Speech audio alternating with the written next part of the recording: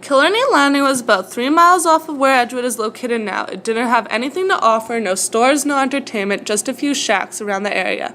Edgewood was first noticed when surveyors were passing through. Realizing that the land was not only beautiful but fertile, they sent people to inhabit the area. The first family to move to Edgewood was the McCardles, Thomas, Sadie, and their daughter Lottie. Mr. McCardle owned up to 320 acres and became the first postmaster of the village. There are no roads but trails winding through the stumps of cut-down trees. In 1913, the population increased to 70 people with the arrival of 20 new families. The first store to be built was W.J. Banting.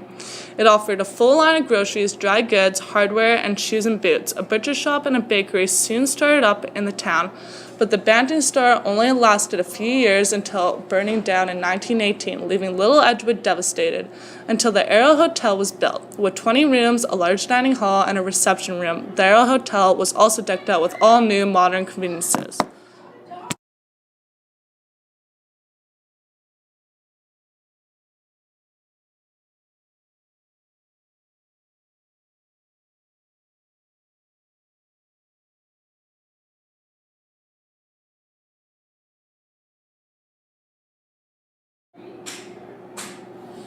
Now Edgewood has the population of about 500, a quaint store, Edgewood General, which has all the essentials you'd need in a town our size, a credit union, and a school.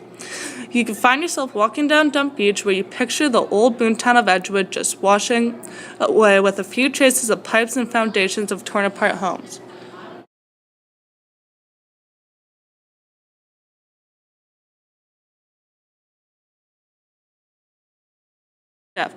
The MV Needles ferry soon got switched in August 1990 when the ferry that continues to run today got put in. In the late 1920s, an English woman by the name of Mrs. Daly started up the Little Edgewood Theatre Group, performing plays such as Anti-Clock Wars, Joint Owners in Spain, and The Cloak.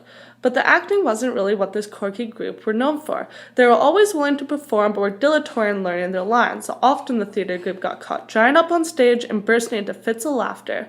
The first touring venture for the Edgewood Theatre took them to Nakusp, where they acted a comedy which did not appeal to the collective humor of the residents. September 17, 1929 was the first fall fair of Edgewood, BC. Margaret Bateman recollects that during the season there was joy all throughout the people, and you could always smell the fresh baked goods. Entering the hall, the decorations were beautiful, particularly when the tree branches were cut and thousands of tiny pink and white circles of tissue paper were made to represent apple blossoms. These were fastened to beams which extended across the ceiling. This event was brought to the people of Edgewood to bring them close together through activities.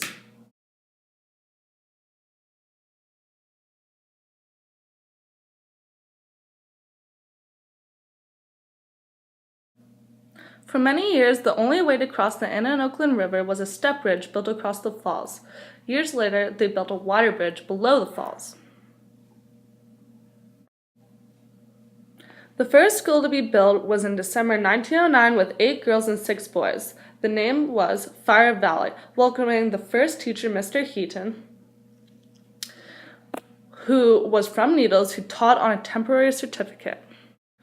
The first church to be built was the St. Agnes Anglican Church, opening October 16, 1910, with Reverend Phillimore. The total cost of their church was $2,422. An organ was donated to the church, but there was conflict in the placement of it and got sold for $40 during the Great Depression.